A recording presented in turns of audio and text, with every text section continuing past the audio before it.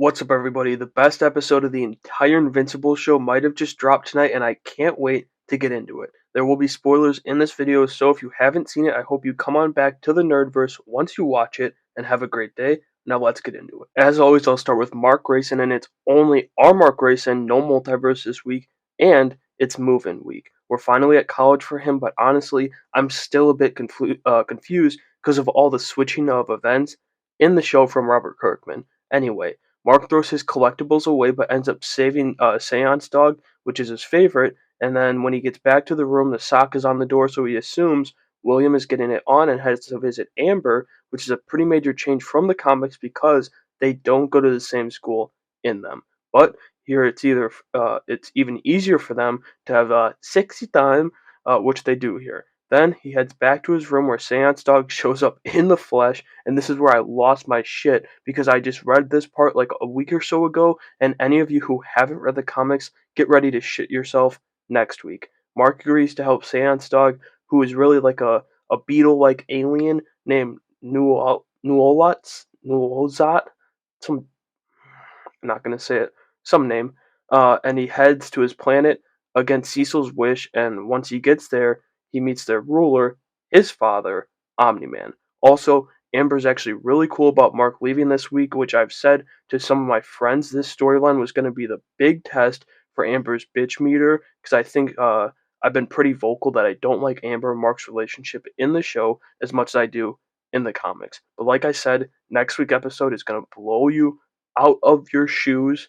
If you haven't read the comics, it's so good. Alright, next up is the Guardians of the Globe, well, the new team. So, Duplicate and Rexplode are still in their situation after he saw her with the Immortal, and the way Rex handles this is hilarious, and it's even funnier with Jason Mantzoukas, I think I said that right, voice acting for him. Then, we continue to see Shapesmith acting like a weirdo because he's an alien, as we know, but they don't yet, and that's pretty funny too.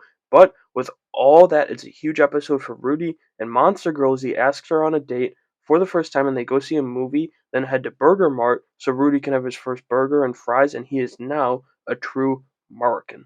Before I move on to the final two sections, if you're enjoying this breakdown so far, I'd appreciate it greatly if you'd subscribe to the channel to show some support. Now let's get back to the breakdown. Now let's talk about Mark's mom, Debbie. After dropping Mark off at college, she decides to go to the support group that Olga recommended for her, and she goes to her first meeting and does not speak, but she does seem to get a good connection with the head of the group. After the meeting, she goes to a dive bar nearby with a member, Theo, and while at the bar we learn Theo was Green Ghost's husband, and Debbie just breaks down. She tells Theo the truth about who her husband was, obviously Omni-Man, and the one who murdered his wife, and he just tells her she should not come back to the group. Mark's mom is in for a boost this season, and I really do hope they start involving Art more, especially since they've got Mark Hamill voicing him. Then finally, Alan the Alien. This is really the storyline that makes this maybe the best episode, or at least my personal favorite, as I just love this chunk of the comic. We get the Unopan backstory this episode, which is Alan's race of aliens, and I'll kind of give you the cliff notes on it. So the Viltrumites come and conquer their planet. They wait and rebel. The rebellion fails, and some survivors escape. Those survivors start breeding camps and then join the coalition of planets.